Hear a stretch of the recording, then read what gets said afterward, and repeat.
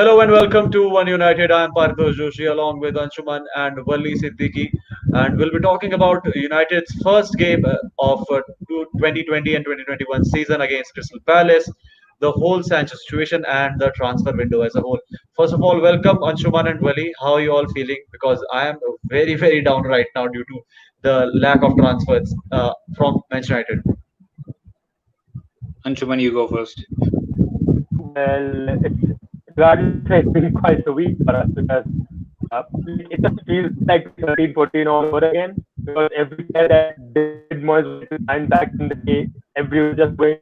We have seen Thiago move and the Bale's coming back, and it has been quite a it has been quite mockery for us this week. That at least I think we can say that. So yeah, it's a bit, Anshuman, and we hello. just hope that we can. Hello, hello. Uh, I think your network is lagging. Wali, are you able to hear every word of him for the past two sentences? There's a little bit of a disturbance from your end. Yeah, there's a disturbance, I think. You can fix your situation. I'll ask Wali till the time. Wali, what You Okay. what can jump out and you can jump in if you want to. jump out and jump in. You can fix your whole network. I'll talk with Wali for a while. Wali, what is your perspective on how the window is going for us and the whole situation with Sancho? Because we were very confident. Every Manchester United fan was confident that Sancho is coming to Old Trafford, will be having a fiery attack in the next season, will be contenders and will challenge you this and that. We have signed Van de Beek though. It's completely not a bad situation, but still you expected some signings. We are a team which was looking like shaping up for the good, but suddenly it's looking like we are all over the place and with no perfect plan because Ole Gunnar Solskjaer, I think he's not getting the backing of the board right now. Well, I'm feeling like every other fan right now, and today there was basically a report from the Glazers themselves that they're unhappy with how unhappy we are, apparently. And that's what they say, that they are not fans of the negativity that is being trended on social media at the moment. Well, if you are promising us something for more than a year or for 6 months, and even if you're not able to get that target, there are plenty of other footballers in the world. Europe is a big continent. If you're not satisfied with Europe, you can always go to North America, South America, even Asia. Heck, you can get players if you want. You are Manchester United. I mean, come on, you just need to say the name and you will be able to get the players. But this is shambolic. And what's making it even worse is that your rivals are strengthening up over even more. And we already knew that we were not going to contend for the title after coming third. All we had to do was narrow down the gap between Liverpool and Manchester City. But now things have worsened up, and now teams like Chelsea, Tottenham, Wolves, heck, even Everton, they also they've also had a much better transfer market than us at the moment. And it looks like we will be competing with them as to if we will be able to make it to the top four or not. Because we just, I think, a couple of injuries away from having another bang average team. So it's just shambolic. I do not know what's Ed Woodward up to, what's the Glazers up to, what the Glazers up to. I'm still confident that we might be able to sign Jadon Sancho, but he's not the only solution. And even if he is, then you have to not make it toxic like it is right now. The whole fan base is against you, and his Glazers out trending each day and every day. So we might get him on the deadline day a few days before that, but it's horrific at the moment. So I don't know what's going to happen right now when we talk about transfers. Anshuman, what is your stand on the whole situation? Wali, as he told that Glazers have put out a statement, but it's time. I think they have had the club for a while. They should know how the fans behave. It's not, and we are not expecting something magnanimous. We are expecting the way things should be at Manchester United. It is not some over the top expectations. Chelsea have signed five odd players given in the first few weeks of the transfer window. We are not expecting you to sign five players. We expected only two, three. Even hell, we were talking about even if we don't get Jadon Sancho, at least sign some players, at least sign some good players. Well, I think we need to restate here where the Glazers come from. Like in the beginning, for the starting few years, when there was a lot of ruckus regarding their takeover from the very beginning, I think Sir Alex's trophy is just papered over the cracks from the very beginning. And the issue that we have right now since 2013 is that we have not been as prosperous a club as we were. So I think that issue just resurfaces that the funding has not been proper, the backing has not been proper, the decision making has not been nice, and time after time after time we have the same issues coming over and over again. Like when you look at United not being able to buy the right players, this is an issue that has been since 2013. So, and that is the most frustrating part, that 7 years down the line we are still dealing with issues that we said that we'll be dealing 7 years prior to this. So I think that is the biggest problem. And the other problem is that Glazers have never looked at United as a footballing opportunity. They've always looked at United as a business.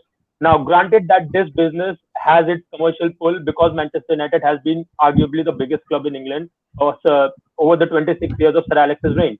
But there is only so much pull your club can have once you start failing in the league and in general throughout the season like we are right now. And there is only a matter of time before, the commercial pull that we have, so-called commercial pull that we have, begins dwindling away to such an extent that you can't just expect time after time after time to just get profit just because this is a name. Because I think the last quarter United have had the least amount of profit that we have had since Sir Alex retired. So that should be ringing the alarming bells to the Glazers. I don't know where their observation is coming from, that they are unhappy, that we are unhappy. I think we are very righteous in asking some reinforcements in the team. So I don't think it's unfair on our part. But I think over the last two transfer windows, I really felt that we'd be doing something better. But right now, currently, it's just feeling like those two transfer windows might have been a matter of rarity, because this transfer window just feels like the previous ones, where we are linked to a lot of players. There are talks going on time after time after time, and we just don't go anywhere. And as Paritosh said, as Wali said, and that regardless of what happens, regardless whether we get Sancho in at this point or not, the reinforcements have not been enough. And let's back this up a bit. Let's talk about the Reguilon transfer. Now, I can for a moment make peace with the fact that United have pulled out with the deal. I don't have any issues with pulling out with the deal. My issues lie with what they do after they pull out with the deal. Because up until this point, we were just very much sure that we were just going to go for Reguilon. And luckily for us, I think I've been checking out on Twitter, and since evening, TELLES has been trending on Twitter. Right. So, like I said last week, that I would have rathered that a player in his prime like Nicolas Tagliafico or Alex Telles might enter the fray instead of Reguilon, which and if that happens, I would be able to forgive United for not being able to do Reguilon deal. I'm more than happy that they decided to walk away from the Reguilon deal, because Real Madrid was insistent on a buyback clause, because it just goes against the long-term planning that we are doing right now. And the long-term planning that we are doing right now is completely contradicted by the Reguilon transfer Real Madrid was offering. So I think it's all right for us to not do that deal. And in our stead, there came Tottenham Hotspur, who doesn't really at the moment care about a long-term plan, because once you bring in a guy like Jose Mourinho, your only priority is to get a trophy, any trophy. So right now, Daniel Levy is looking at that deal, and he realizes, you are able to get La Liga's last season's best left back for peanuts right now, because the deal is reportedly around 28 million pounds. And you look at the transfers like Emerson Palmieri to Chelsea, which was around 25 million pounds 2 seasons ago. And then you look like Ben Chilwell going for 55 million plus. So compared to that deal, this is a brilliant deal to take for on Tottenham's part, or anyone's part, when you think about Reguilon as a player. And then for Daniel Levy, this is a deal that 3 years down the line, even if Real Madrid comes and take him back, and he'll make profit on the deal, even though it will be a small one, but it will profit nonetheless. So it is a Daniel Levy deal all through the day. And it's a short-term deal. They don't care about the long-term plans like we do. So I'm all for it for walking away from the deal, but we need to find an alternative. And I think Fabrizio Romano has been teasing a few United fans all over Instagram right now that, he'll have some update on United's left back soon. So I'm hoping that it happens. I'm hoping that United can go and do a swift deal like we did with Donny and the Beek. And if TELLES comes, it will be all good. But Reguilon's transfer should remind Manchester United how lucky they are to find themselves in this situation where they are the only ones going for Jadon Sancho. Because with Reguilon transfer, what happened? You wanted a player, and you were not ready to deal with the situations the selling club was offering. And there comes another club who's ready to agree with the same deal. And there you go. You have lost a player. For better or worse, that player is gone. That one player is gone. And with Jadon Sancho, he has been linked with a lot of clubs over the past 6 months. Chelsea, Liverpool, Paris Saint-Germain, Real Madrid, heck, even back to Man City. for better or worse, the COVID-19 pandemic had rendered us in this situation where we are the only ones who are going after the player. And right now, United, I just feel like United have been taking the whole deal for granted. Like they have taken this arrogant stand that no, we are not going to pay that 108 million pounds. Fine, but now you have to realize that you were in a similar situation, and United are lucky, fine, so far that they are the only ones, but they need to realize that they are going to end up in situations where they want a player, and if they are not ready to deal, someone else will. That's what we saw with Reguilon. That's what we saw with Gabriel Magalhaes when Arsenal came for him, and for 2 weeks we were like we were being the forefront runners in that deal as well. So we have already lost two players if you want to look at it in a certain way, and so yeah, I think Sancho's deal, United should feel very lucky about it, and we really should be going for it as soon as possible. If Alex Telles comes, that's brilliant because we do really need a left back reinforcement at the moment, and a centre back, like I said, a centre back has to come. And if so far United's transfer dealings does not give me a lot of optimism, but I think there's still a couple of weeks left in the transfer window to see where we go with this. Well, you are correct in the fact that if we are able to have a player who is credible, a player like Talis, and we are able to sign him, so the whole situation will be sorted. But it's only time that Manchester United should be making some big moves in the transfer window because we have seen this time and again. We were talking about this, Wali, if you remember, in the previous transfer window as well. Why do we have to wait for so long for a transfer that the player is not able to settle into the team? We can do these transfer early in the window so that player gets the time, settles into the team, and preseason is very important. We have seen this time and again that a player who is not able to get the preseason time and he is not able to get big gelled up with the team often takes time in setting up. Same happened with Gareth Bale when he was transferred to Real Madrid on the final day. He struggled for a long, long bit for to settle into the team, and there were many players. Not Bale is just an example of how much you can struggle because you're unable to shift to the culture. You're unable if you're going from another country to say England. If somebody comes from Italy or Portugal or somewhere, they are unable to have the language barrier curled up just like that. They need time, and once the season starts, you don't get that time. You get the time in the preseason to get mixed up. You have various things because they are individuals. They are not only players. They are individuals who have to live somewhere. They have to have a house. They have to have, and same situation had with Angel Di Maria. Di Maria was never able to settle in Manchester United. He was robbed in the first week, I think, if I remember correctly, and after that, he was never able to settle into the team at Old Trafford. So these are things that come in, and that's why everybody is demanding transfers to be earlier into the window and not in the later part. If even if we have to compromise the social media presence or the traction we get from the deals, I'll just have to say this because we are talking about Manchester United and we are talking negative things as of now. There are a few positives for Wali, especially because his favorite player has been voted as Player of the Year for Manchester United. Anthony Martial has been voted by players for the Player of the Year of United. Matt Busby Player of the Year is Bruno Fernandes. And Wali, what are your thoughts about it? My man, Martial FC, president of Martial FC, call me whatever you want.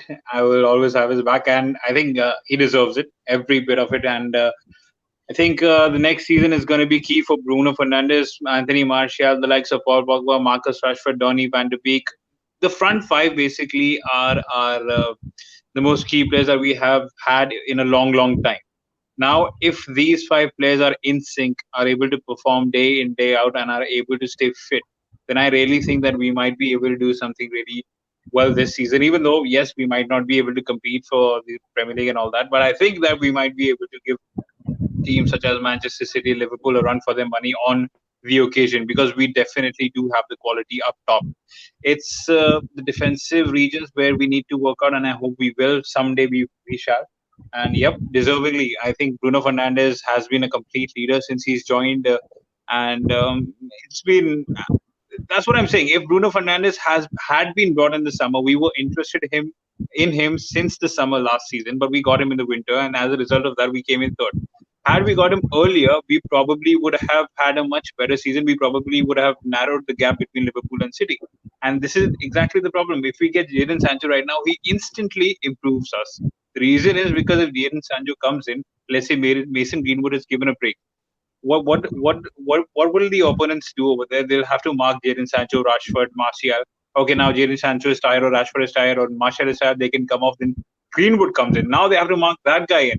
So it's the options. It's the lack of options that we're suffering at the moment right now.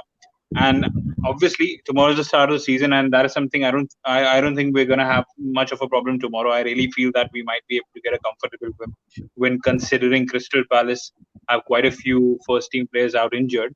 And I really hope we start off really well, because that might be the only positive thing that will happen in United after a really long time. Even though it's quite negative at the moment, whenever it's the first day of the season, us fans should have the right to be excited, but it's been quite a while since we have not got that feeling. So I really hope that we score 3 past or 4 past Crystal Palace, and at least have a bit of a break from this transfer circus that we are having at the moment. Yeah, Anshuman, what are your thoughts about the Martial getting the Players Player of the Year, or Bruno Fernandes getting the Match Busby Player of the Year award? Well, Martial had quite a coming of age season last year. Like this is probably the first year where he produced the amount of numbers you would expect of a number nine, and he finally got into his favorite position. He is allowed to play centrally. He got his kit number back after Ibrahimovic had taken it from him. So I think last season was a bit of a solidifying season for him. He finds himself in a very safe space. You see him smiling. He scored his first hat trick for the club last season as well. He produced the 20 plus goals that you would expect of a striker. So I think that it was very deserved of him to win the Player of the Year.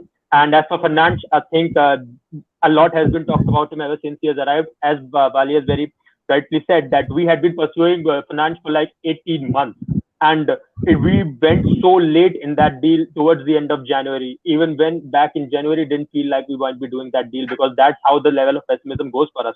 We know how this plays out. We know that United courts a player for months and months and months, and eventually does not happen, or the player goes somewhere else. So it was very refreshing for once that a player that we had targeted for so long actually came, and after coming, a player actually played as well as we would want him to. So I think those two players have rightly deserved gotten the awards, and I think we can expect a lot more from them coming season. Let's talk about the first game as well. We are facing Crystal Palace, and Wally talked about how he feels we should be getting an easy win here. I personally feel that the role of Donny van de Beek would be very crucial. I'll, I'll be interested in seeing how the midfield is set up, because I always believe that Solskjaer has to go with one extra defensive midfielder, because we can't trust our centre backs wholeheartedly. We always need a Right. certain Matic or Scott McTominay hovering around, and that's one restriction that United is having, that we can't play Pogba, Bruno, and Donny van de Beek in a single team. We can play them only on one condition: if we play with two forwards ahead. If we play with say Tony Martial and Marcus Rashford and Mason Greenwood is benched, then we play with four midfielders, with three in Donny van de Beek, Paul Pogba, with Bruno Fernandes leading the attacking trio from the midfield, connecting with the forwards, and then we have a certain Matic or say Scott McTominay at the back. Probably it is going to be Matic, because he's the most experienced one. Scott McTominay had an on and off season. He played brilliantly during the start. In the later few games, he was not at his best, especially after the injury.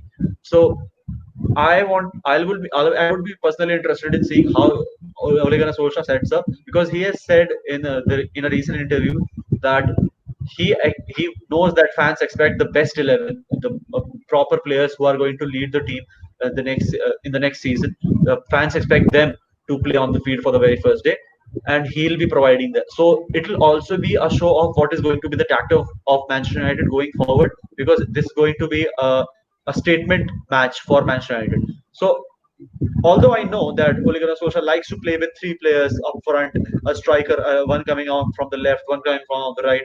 But how will Donny van de Beek fit in the whole situation? Anshuman. Well, actually, tomorrow I will not really be much surprised if I don't see him start the game. I think Matic can. I think a part of Oli might want to, feel that his bench has more options than the starting 11. So personally, I don't think I'll be very surprised if I see Donny van de Beek on the bench tomorrow. But having said that, if we are to expect Donny to start tomorrow, I think we can expect a double pivot with Bruno Fernandes playing as a number 10 and Paul Pogba and Donny van de Beek playing behind him. And we can have a relatively fluid positioning with them, like we have seen with Bruno.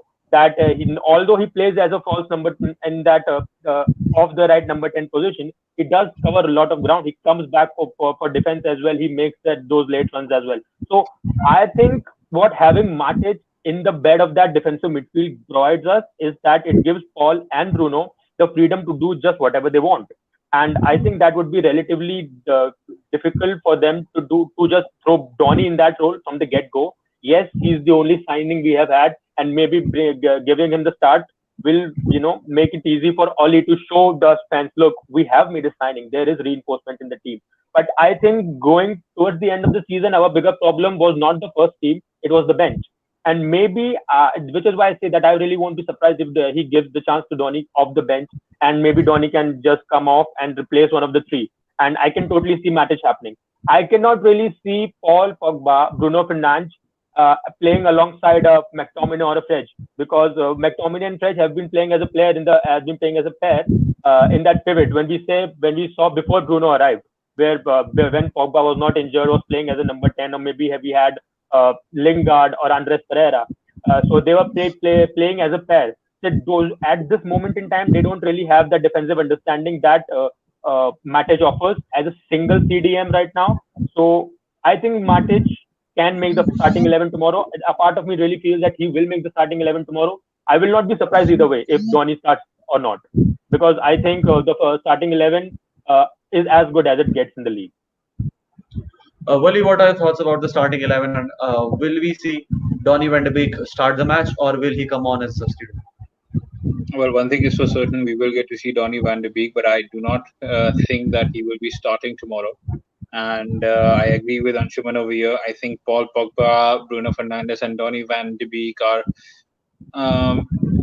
they're too fluid and they're too good to be true at the moment, because like you said, we do have our problems in defense, even though we did manage to keep quite a few clean sheets in the previous season, but they were defensive lapses. And when Nemanja Matic was in that bedrock of midfield, he was able to, calm down the nerves, play the simple passes, sideways passes. He was able to do all of that. And I feel that he will be there. And if we score 2 goals, let's say, and we're in the second half, in the 55th minute or 60th minute, we might get to see Donny van. In fact, we will get to see Donny van de Beek. Or even let's say, God forbid, even if we're chasing the game, we will get to see Donny van de Beek regardless. But I do not know. It'll be interesting to see how Ole Gunnar Solskjaer, like he said, that I think this midfield trio could work. I think it will be interesting to see how it would work, because it seems like a really exciting prospect, because it's as good as Marcus Rashford, Anthony Martial, and Mason Greenwood as the attackers. Because this midfield trio, let's be honest, it's one of the best in England at the moment.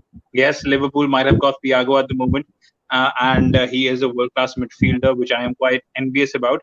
But Jordan, Henderson, Wijnaldum, okay, Fabinho, I might rate. Henderson might have got the PFA Player of the Year, but it's all about passion FC for Jordan Henderson. I think in terms of skill, in terms of potential, in terms of talent, Manchester United have a wonderful midfield.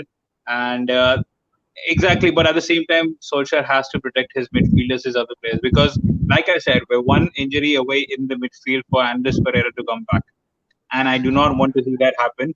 I do not want to see I that don't happen. think I don't think Andres Pereira is coming back now. I swear, because there are reasons for it. Because if somebody is coming back into this midfield, if somebody is having a chance, that is Fred. Let's be honest on that. Fred and Andres Pereira, McTominay. Right.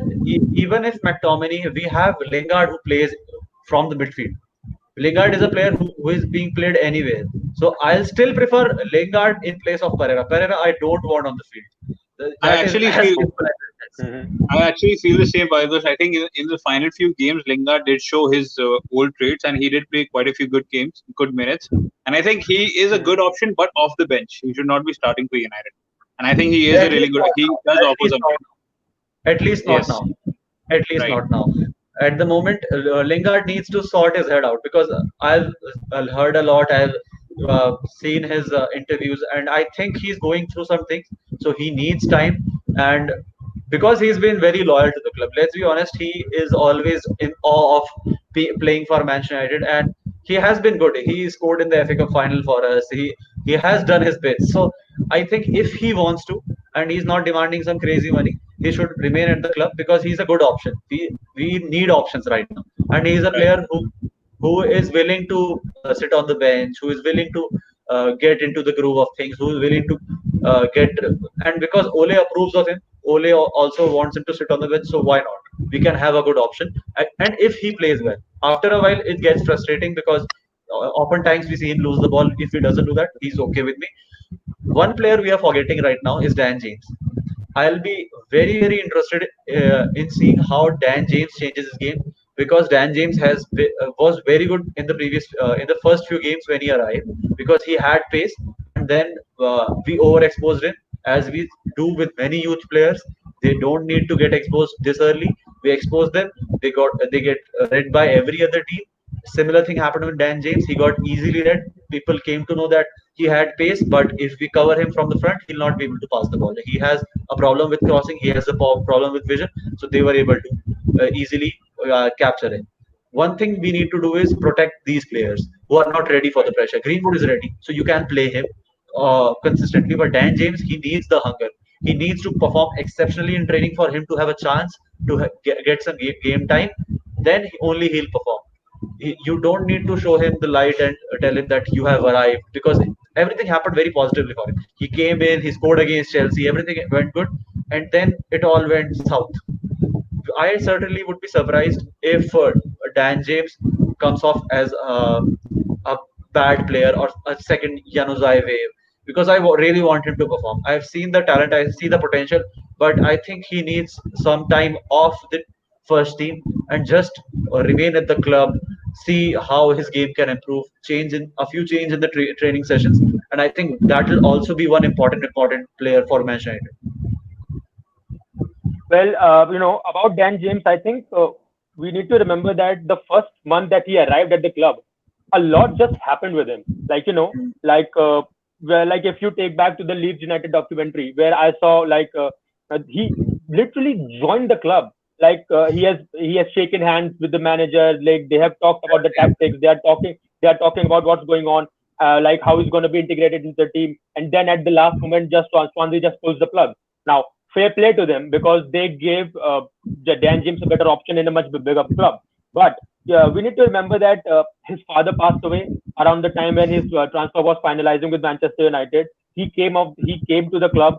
Not a lot was expected of him. He was never supposed to be a starter in the team from the get go. He was 21 years old at the time, and he just comes in and scores against Chelsea. And that you see the look on his face when he celebrates for that first goal, like how much that meant to him because and that was the kind of that was a bit unrealistic for him. Then he scored that goal of the month for against Southampton when he came off the left and just swung one in the corner. So I think that made things a bit problematic for him because as the season went on, he got a reality check that he realized that this is a very big prospect coming from a mid-table championship club to just starting for one of the biggest clubs in the land who was eyeing for the topmost places. So I think he had a hard time last season, and because of the fact he started so strongly, everyone just went overboard with, oh, he's gonna solve all our problems. Another issue with him is he's not a right winger. If I talk about his biggest performance that might have attracted United the most, 2 seasons ago against Manchester City in the FA Cup round, where in the very big starting moment from the get go, Swansea City went 2-0 up, and Daniel James was playing left wing at the time, and he tore the City defense right apart, and he was instrumental in that 2-0 lead. Now, Swansea City only lost that match because there was no VAR at the time, and there were two decisions that went against Swansea that just as easily could have not been the case. and if VAR was there, special definitely would not have happened. So that was the game that brought Dan James to the stage. Now, why am I bringing that one up? Because that is the position he likes to play in. He likes to play from that left hand side. He likes to come inside. He has that kind of dribbling where he does not move his feet too wide apart. He has very quick feet. He's very fast, as we know. So, and the goal he scored against Southampton of the left was of the left. So he's not really a right winger anyway. And the fact that he has been required to make a lot of appearances from the right hand side has only added to his misery last season. So what I want Dan James is that I would like to see him in that left-sided role more often, because right now we don't exactly have a cover for Rashford either, and Rashford was injured for a long part towards the last season, and he had a big burnout where where Oli brought him in for that FA Cup match, and he was not fit, and he came in and went injured and went back again. And if it were it not for the COVID-19 pandemic, we would not have seen him play again in that season. So I think we need to remember that. I think we need to remember that Rashford from that left hand side requires backup, and I would like to see Dan James provide that backup. I would like to see him in that left hand side, the position where he loves to come from. So I Dan James as a left winger for me next season, and I think there's real potential there. I think he'll come through. Okay, so that is your situation on the whole prospect. Wali, do you have some final thoughts for us? Because I think we have covered up much of the stuff. Wali, are you having some concluding words for us? Yeah, I'll just touch upon Dan James a bit, and yes, I think the whole Dan James experience was a little bit overwhelming. I mean, for us as well as for him. He was playing at this big club. He was a fanboy. I don't think he was a fanboy. He was a fan of Chelsea. But when you play for Manchester United, you just become a fan of the club because it's the stature of the club, one of the biggest clubs in the world. So it happens, and I think earlier, if you look at the season, Ole Gunnar Solskjaer, more than relying on possession-based football, he was hitting teams on the break, and that was something which was quite new for him at that moment. And Dan James is good on the counter attack because of the pace that he has, and he hugs the touchline. He goes away from the defender, and as a result of that, it wasn't easy for the defenders early on. But once the teams got to know about what Solskjaer's tactics are, the low block defense started to come in. Dan James did have that pace, but he wasn't able to exceed the limits because the defenders were already at the back line, so there was no point. Apart from that, he didn't have the vision, like you just said. So there's a lot that he needs to improve. I think he can do that. He could be a good squad player, I feel. But like I said, there's a lot that he needs to improve. The reason why Greenwood is such a good player out wide, even though he's not a winger, is because he is left as well as right-footed, and the defenders have no clue as to from which side should they prefer to open Greenwood up. Because if they open him up from the right, then he'll shoot from the left. If they open him up from the left, then he'll shoot from the right. So it's that decisiveness that Greenwood has, even though, like I said, he's not a winger. And like I said, tomorrow it's a big game for all of us, and I really hope that we're able to get all 3 points, because the rival fans, well, they are bantering us, and we do deserve to get bantered because it's been a shambolic transfer window.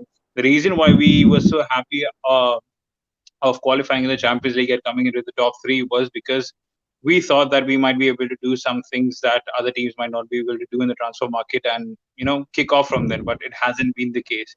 But once again, our backs are against the wall. On Gunnar Solskjaer, the pressure will be on him. Regardless of what we say about the board, the pressure will be on him. There are plenty of people who want him out. And like I said, I might not be as optimistic with him, with his tactics and all that, but he is not the guy who deserves to be kicked out, because what he did last season was something which should be admired to a great extent. So I really feel that we get the win tomorrow. We build on some momentum, and there are 2 weeks left in the transfer window. I hope we get a couple of quality players and silence some rivals over here. Well, I do have some positive news for you guys as we conclude the whole segment. Alex Telles has reportedly, as I'm currently reading right now, has agreed a 5-year deal. The personal terms are finalized with the player. It's just that Okay. Porto and Man United have to deal uh, about the whole situation now. So Was it as far as I'm reading, the personal terms are done. 5-year deal is being Is it Fabrizio? agreed on. I think Fabrizio will quote it in a while, but it is a very strong journalist from Portugal because Give me those I'm three reading a words. translation. Give me those Uh, three words, man. That's all I it's need to not hear. it's not here, it's not here we go because because both the clubs are not confirming both the clubs need to talk as of now. But He's this is he's from available credible for source. 15 million. He's available for Uh, 15 million. He's so I available for think the same price Dan James was. He's I available think from like 20 to 25 million, and the fact is that his contract expires next year. So I don't think Porto Right. would mind letting him go on the cheap because if they get any money. And the other thing is that personal terms were also agreed with Jadon Sancho for like 3 months ago. So I just hope this is not a repeat of that situation. I just hope that we actually get this deal through the I, door. I don't I'm think waiting for I don't Fabrizio. I don't think Porto are Dortmund because Dortmund also have been a stick in the past few months. Meanwhile, we'll end it on a Mm-hmm. positive note. We hope that Manchester United come out on top in the first game of the season against Crystal Palace. We'll talk about that game and more on the transfer about Manchester United as we come again on One United with another episode. Till the time, good night and all the very best to all Manchester United fans out there. See you guys. Bye bye, bros.